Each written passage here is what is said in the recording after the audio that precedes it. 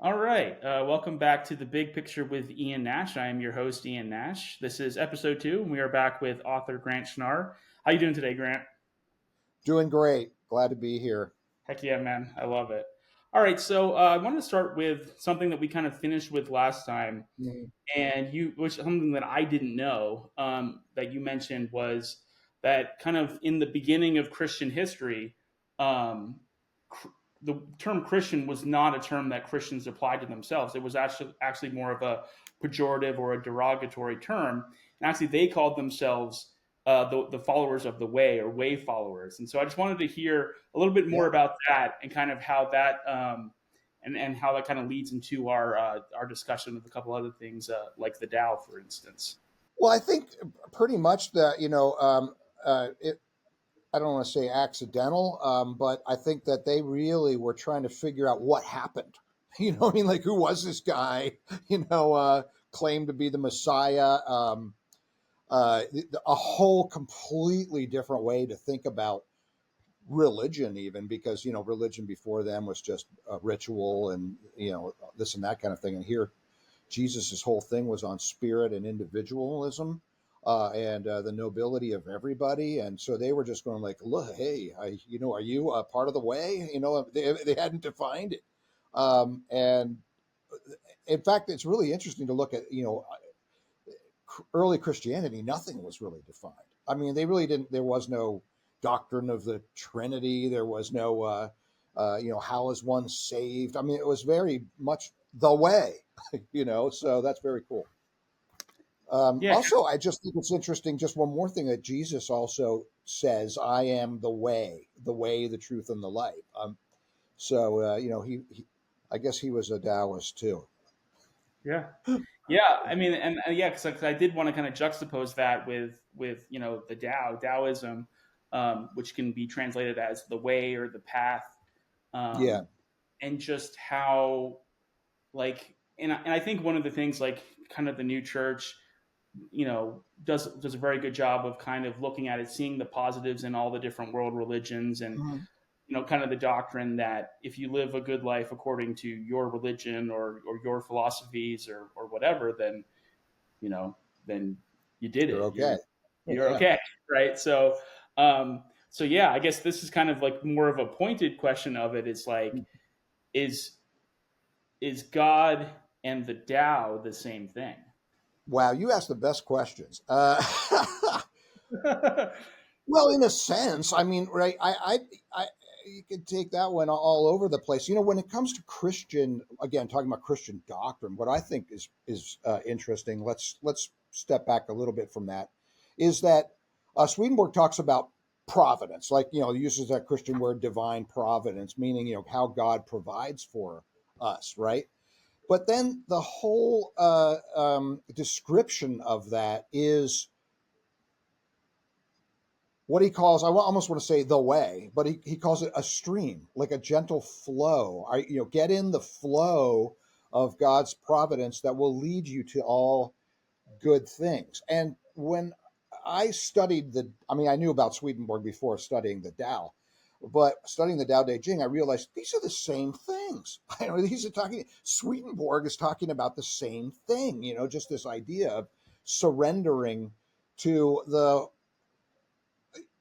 in this sense, yeah, God surrendering to the Force. I don't mean like the Force in Star Wars, or maybe I do, but surrendering to the divine plan, which is love, which is happiness, uh, self-centeredness disappearing into love for others and for what is good. I think that's probably one way to look at it. Yeah, I mean, I think like kind of back to Yeah, what what do we you were think? talking back to what we were talking about before, like kind of like the Tao is like the Tao that can be named is not the eternal Tao. Like we talked about before, you can use the word God or Yahweh or Jehovah or whatever word different religions use, like the Creator or the All Father or whatever. Mhm. Um, it's but the word isn't what that energy actually is, right? And so the Tao Te Ching kind of talks about the fact that once you name it, that's not God. Once you say the word, you're not, like, we as human beings could never actually conceptualize God, right? And it's kind of Mm-hmm. just the underlying kind of natural order and direction of the universe, right? And I think why a lot of people are nowadays in the West kind of drawn to these Eastern philosophies and religions is because, like, kind of like, the more you know that you don't know. And I think a lot of us grew up in religious traditions where we felt like the church elders or whoever were kind of telling us what God was. Mm-hmm. And what I found kind of as I've grown older is, like, yes, we can have doctrines and we can have ideas about things that kind of shape our lives, but for any person to say that they know what God is or isn't seems absurd in a lot of ways, and kind of can turn a lot of people off to organized religion. So yeah, so I think that that's kind of part of why, and maybe that's, I think, kind of why we need to adapt to kind of changing times. Not that any religion needs to change their doctrine, but that just how we can kind of acknowledge that we don't really know, but here's what kind of works for us. Well, I completely agree. When you get into, I think, fundamentalism, literalism, that kind of thing, it just kills the spirit, because you really are. You're just like, like even Jesus said, the Sabbath was made for man, not man for the Sabbath. If we make the laws and the rules and the definitions and all that the paramount to everything else, we've just completely and totally lost it. At the same time, I think that I mean, obviously, their teaching is good. I mean, as long as it's not dogmatic, right? I mean, it's so interesting, right? Lao Tzu says the Tao that can be named is not the true Tao, and then he spends 81 sayings trying to explain to you what the Tao is, right? Um, Right. and so and that's important, because it's pointing to something, right? I mean, that's what it is. It's pointing to something. It's just showing us a picture, describing but not defining, maybe as best as possible. I think that's what religions, revelations do of all different kinds. Is that it's a description, it's the best description of different cultures of what the Tao is, what God is, and uh, but as soon as somebody says, no, this is it, this is the only way, I think that's where it shuts off. I think we, on both sides of the spectrum, when you get religious people, fanatical religious people who say, I know, and you're wrong and I'm right, they're shut down. But then on the other side of it, people who are like, well, I know there's no God and all you religious people are insane and all that, I know. Well, that shuts that side down. Why not just stay open? Stay open and learning. It's a good thing. But it's a big subject, because I think, like, one of the things that Christians claim, and I belong to that a whole movement, but is that, um, or not claim, but say, one reason I like Christianity is because I can have a personal relationship with God, in a sense. Now, again, if you look at Jesus, I think everybody'd agree that's Christian that in some way or another, Jesus is a manifestation of God, God in the flesh, the Word that came and became flesh and dwelt among us. And and we all look at that, well, what does that actually mean, and try to figure that out. But I think what that is the for Christians is the unknowable, the unmeasurable, uh, the undefinable, as we were just talking about, in some kind of visible form that we can at least begin to address in our human frail way. And so, again, we talked about this last time, I think. Swedenborg says, don't think of God, don't think of God as, person from person to essence. Because if you think about, like, oh, well, Jesus, who is he and all that, well, then how does he fit in with the Father and God, all that? You're going to get lost. Think of from essence to person. Essence is love itself, life itself, that creative force, energy that came into this human being that was born of Mary, that kind of thing, in a way that reflects the divine. It's like the spirit took on a body. Now the body isn't God. The spirit is on is it, you can't define it, like we talked about. But together, I think for me, what I like about what Swedenborg says, I can have the best of both worlds. I can have the infinite, divine, beyond measure, in a form though that I can relate to as Jesus. So for me, that works pretty well. Nice. So yeah, so I think, and one thing that we had kind of covered a little bit last time that kind of got into was talking about the God of the Old Testament versus the God of the New Testament, Uh, similarities and differences, and I mean, are I mean this again, this is kind of a pointed question: are they talking about the same entity? And then also, is God angry and judgmental? mm, And because we talk about the concept of fire and brimstone, mm, and that whole thing, and how it can be so easy to focus on that, on those terms, and like we said, kind of the concept of a man with a beard sitting in the clouds judging everybody versus a more personal or more loving and accepting, and more God is love, and God is just like the mm, the energy of the universe, and God is just like the loving mm. basic energy of all that exists. I think the one way, where do we get the idea of an angry God in the Bible? It's there. I mean, if you look at the Old Testament, especially, uh, and it's interesting though if you really look at it. God is less evolved than people in the Old Testament. In fact, when uh, they worship the golden calf, when Moses is up getting the Ten Commandments, God says, "That's it. I've had it with these people. I'm going to destroy them. Like, look. We'll start with some other chosen people." And Moses is in there. Look, God, you don't want to do that. Everybody's going to think you're a laughing stock and all that. You got to work with me. It's like, and he changes God's mind. Um, that's Look, either God is love itself or not. I mean, and the idea there is, I think that really that for people at that time, or maybe that particular nation or area or whatever, that's the way that they related to the Creator. That's the way they were, and so in a sense, God is accommodating to them, and whoever wrote that stuff down clearly had this image of an angry parent. What I say with my students again is like I'll give them a little example of how maybe God is the only thing that they would really pay attention to is if it was like an angry parent telling them do this and die and don't do this and live or whatever.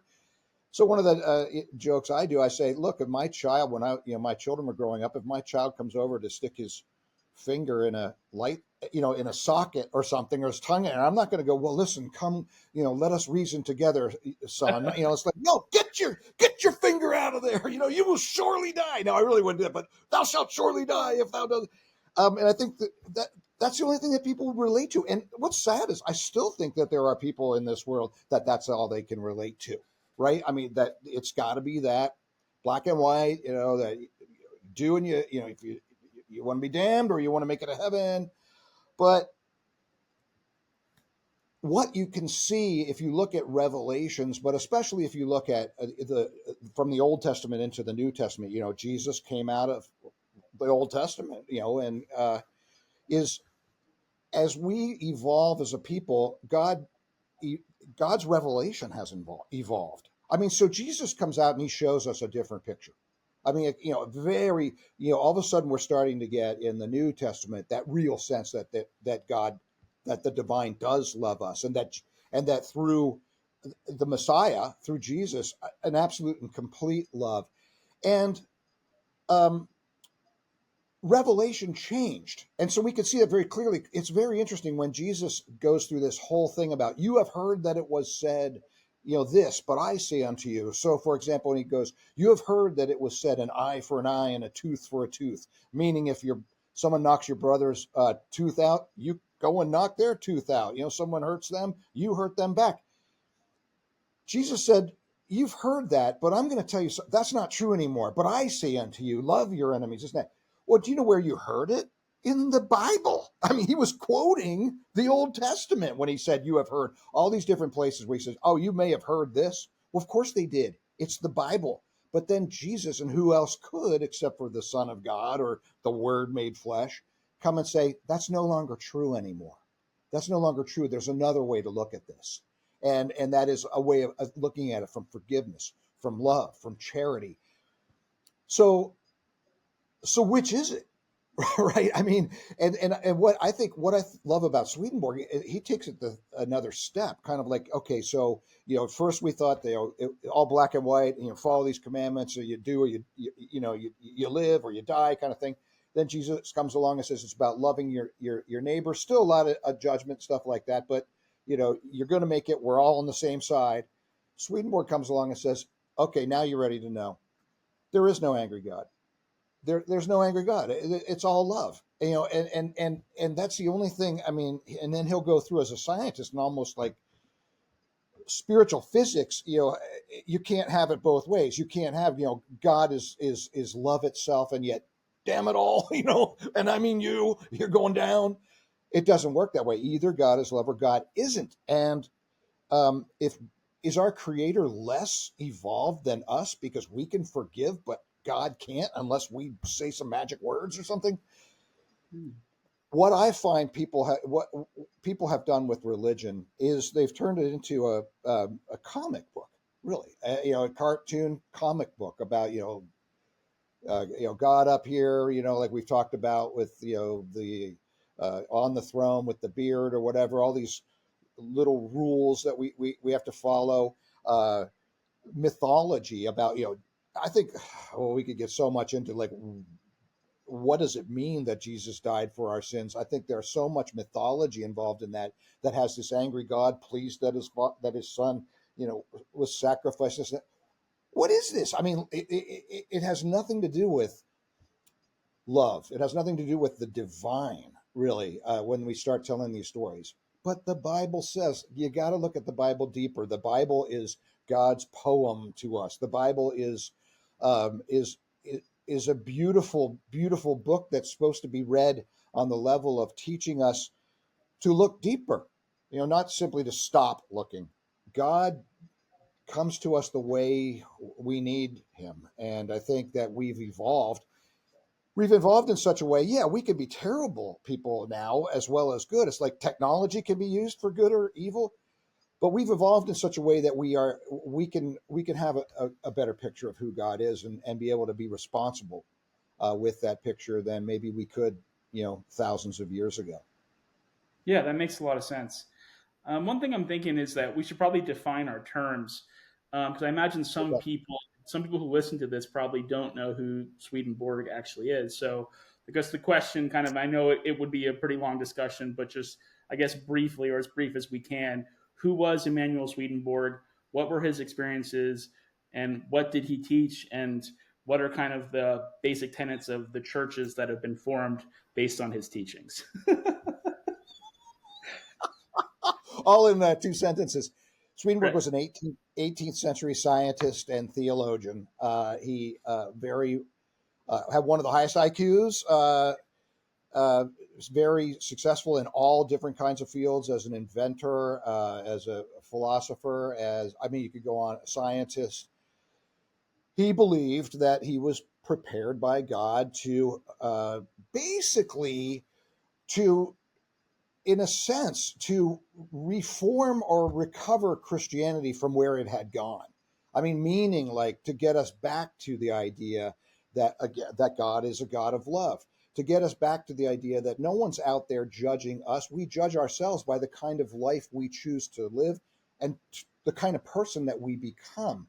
Uh, that the Bible is a beautiful, deep window to eternity. That layer upon layer of deeper spiritual meaning that there's a million go look them up. I mean I think we can only take one thing at a time, but for me what I like about Swedenborg as a scientist and a theologian is that basically he does say God is a God of love.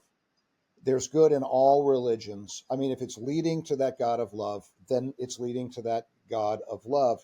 That life is our responsibility. What we want to do with it, we make our own decisions. We make our own decisions. We're the captains of our own fate. In the way of yes, there's an eternity, And that eternity, we define what that's going to be for us here. Are we heavenly people inside, or are we hellish people inside? That's going to follow us into eternity. Um, I like those things. I've always felt that I was blessed being in a religion that says, go out and look, go out and take a look. Don't just believe something because some council told you it's true.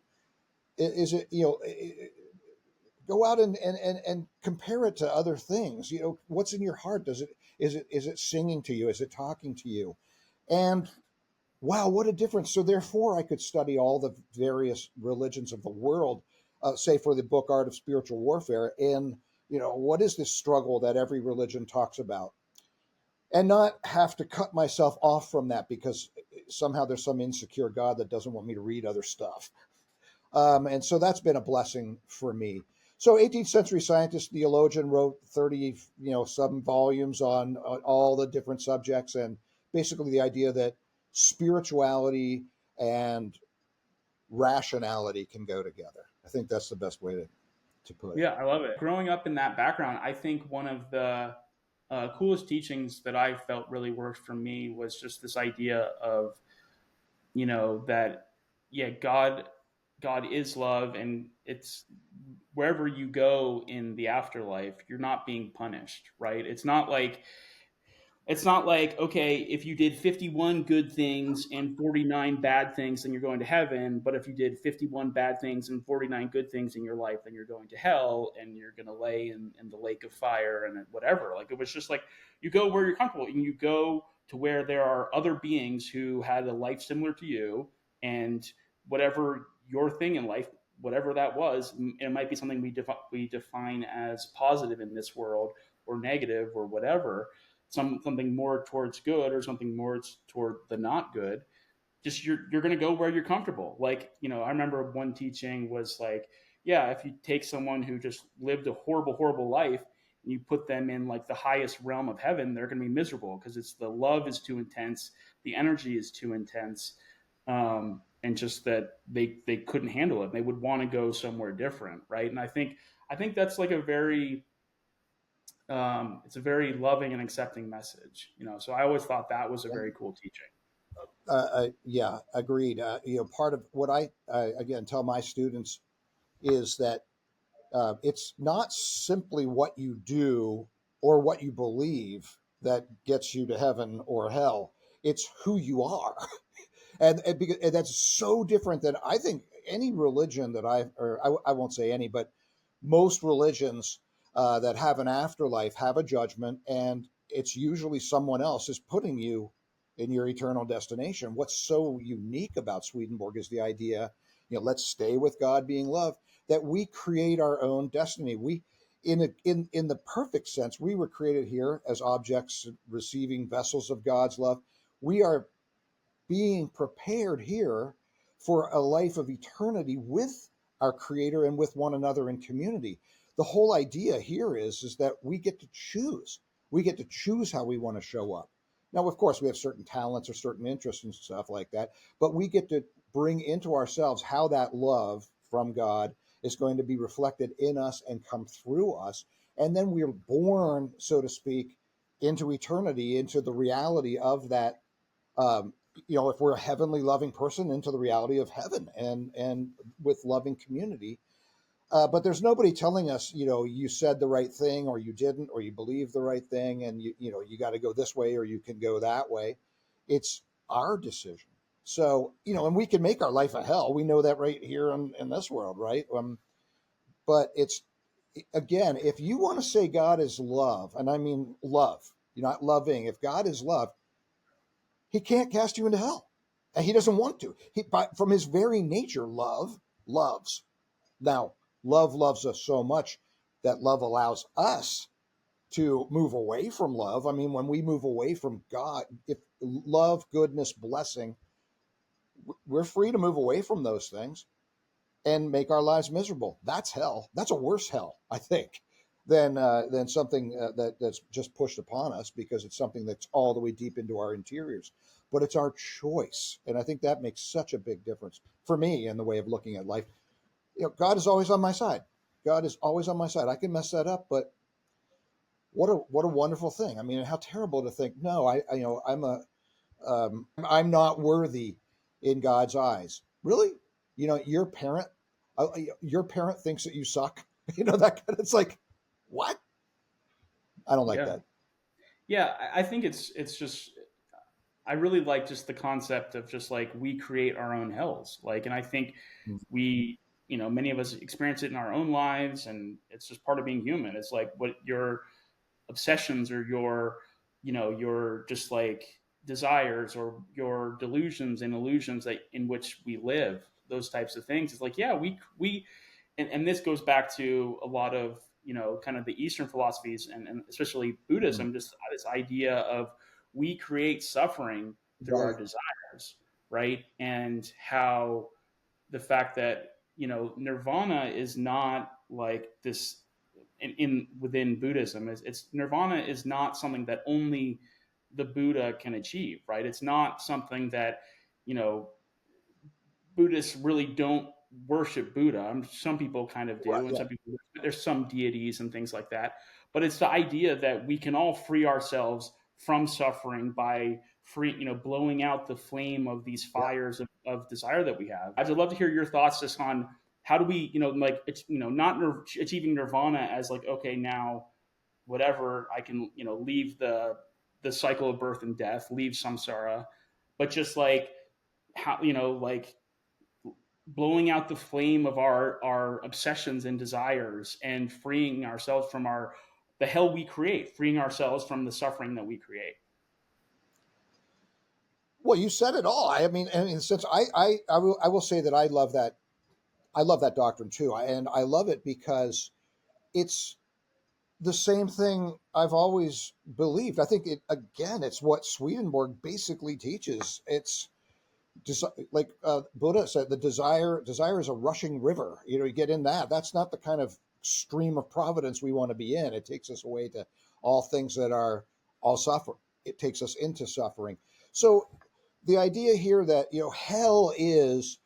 uh, hell is suffering, but it's a suffering that we bring upon ourselves, and that evil, lust, desire, the fires, which I think are interesting because you have there that hatred, but also that whole idea of what Swedenborg calls falsity or false ideas, that those two are married together, really, evil and falsity. So not only do we have that flame burning within us, but we got the smoke that, that really stops us from being able to see clearly where to go. But I love that. I think that that's what it's all about. It's not being afraid of somebody up there that we have to somehow please. It's about freeing ourselves through the power of God, or whoever what you want to call the higher power. But it's not us, but to free ourselves or allow God or the way or whatever you want to call it to free us by letting go of those things, by letting go of the delusion uh, that somehow these lusts of life, whether it's food, drugs, sex, whatever it is, that those things somehow are going to make us happy in any way, when we just focus on those things as being the be all and end all of life. Another thing I really like about what Swedenborg says, he says that self love, loving yourself, is not necessarily a bad thing.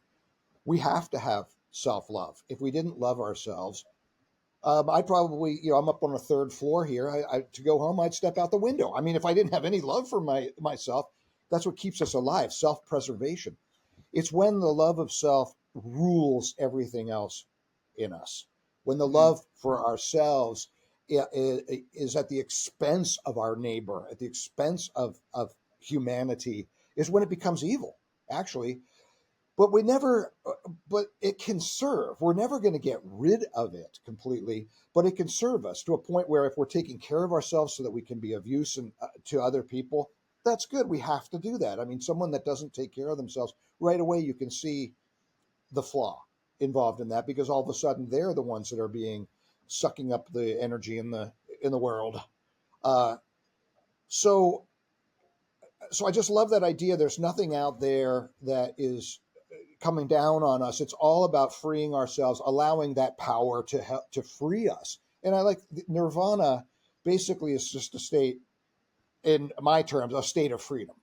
And we can say that's heaven, and heaven can be a very real place. But in the inside, it's simply it's being one with all that is. And I think that's where all religion can come together, if that's what people focused on. Yeah, I like that a lot. It's fun I like stuff. Fun stuff. Yeah, no, I like that a lot. So I have another pointed question. So this is kind of bringing some of these ideas together. So is our Christianity and the concept of reincarnation incompatible? Or are they entirely incompatible? Are they partially incompatible? Or how would you answer that? Well, in the sense that they both lead to goodness, they're compatible. I mean, in the sense that the whole idea is to become, in one way or another, a better person or a better being, and by better reflecting love and wisdom, uh, bringing that positive energy into this world, it's all the same. It's all the same. So, I mean, as a path, I think either basically Christianity, most Judaism, Islam, there's always these sects, right, that are different. But for the basically, it's as the tree falls, so it lies. And basically, the idea that we live here once and we learn here, we have every opportunity, and then we're being born into eternity. And that's it, right? That's one way to look at it. Another one is that, well, we keep coming back and here and we learn lesson after lesson, and then we're born into eternity. So they're both, the end is the same and the means is the same. So whether you want to believe in one or the other, uh, I happen, again, I come out of the Christian tradition, so I tend to think, well, we whether we have one shot or 25 shots at it, in God's eyes, it's all the same thing. It's timeless. And Yeah. I totally get your points with all that. I would say a lot of people just find that concept comforting, in that when you look at the Abrahamic religions, that living here once and then living to eternity somewhere else, right? Being created at some exact point, living on the earth and then dying and then living somewhere else, some other plane until eternity, right? Then it feels like you have to get it right this time, right? Mhm. You have to get your life, figure out your life, do it correctly this time. Whereas in the concept of reincarnation, it's like, well, you've essentially had thousands, perhaps millions of incarnations, and you're slowly perfecting yourself to eternity, slowly getting close enough to where you can achieve nirvana and leave this cycle of birth and death, leave Mhm. samsara, and then spend eternity, in bliss, in connection with God, like return to God, right? So Mhm. I've said for years, I think anybody that has any kind of um, desire to, uh, any thinker at one time or another looks into reincarnation. yeah, Because it does make so much sense. And again, I think that one of the reasons I'm not as uh, worried is because I do believe that uh, we are given opportunity, and in God's eyes, what's the difference between 1,000 years or 100? I mean, so in a sense, I don't. I feel like it's all the same. So, but I get you. I mean, mainly I think that idea of an eternal hell, right? But I can go through that and intellectually see that that has to be the case, but it still bothers me. I mean, I wish I did have 1,000 million whatever times um, to get it right. yeah, yeah. And So I would also say, I mean, um, you know, I like, and part of in doing this, like, I know that, like, we're not going to agree. Every person that I yeah, interview, I'm not going to agree with on every point, right? But yeah, like for me, like I just try to approach everything with an open mind. And I think that's what you were talking about too. It's like, yeah, you might. I mean, most people don't remember past lives. Some people, there is evidence of some people that do remember past lives, and that's a thing to explore. I do want to say though, it is interesting because Swedenborg says that past lives, the memories of things that we of a past life, he says we're tapping into the memory of some spirit that's with us that has lived that life, and that it feels like we lived it. We may even be able to recall all of it, or many spirits, but that it wasn't for him. You're saying, but that isn't actually a memory of a life that we lived. Just another way of looking at it. Look, Sweet. I'm not. I think it's a cool idea. I've met people who I've just a few, but like I feel like I've known them forever, or I feel like I've known them from a past life. I just think that's really it's fascinating, but I'm not there yet. I'm sticking with my Western Christian background. I love it. Yeah, man. That's what we go with what works for Yeah, us. And like absolutely. I said, like, we're all here to learn, and whether we get one lifetime or 1,000 or 1,000,000 or whatever, it's like we like and this could even be this is kind of like maybe a topic for next time of just like what is Mm, time, what is linear time versus right. how the universe actually behaves, and we're never we're never not existing in the now. We are like, you can talk about yesterday, you can talk about next week, but you are always living in the now, you're always living in this moment. So kind of like, I guess, kind of to your point of like, what's the difference between a single lifetime versus 1,000 or 1,000,000? That because time is kind of this made up concept. So Right. we always have eternity in this moment to achieve enlightenment or salvation or freedom from our suffering. Well put. Nice, cool. All right, Grant. Well, thanks so much. Another great one today, and hope we can do it again sometime. Oh, absolutely. Looking forward to it. Let's do a whole bunch of these things. All right, thanks, man. I'll talk to you later. Take care. See ya.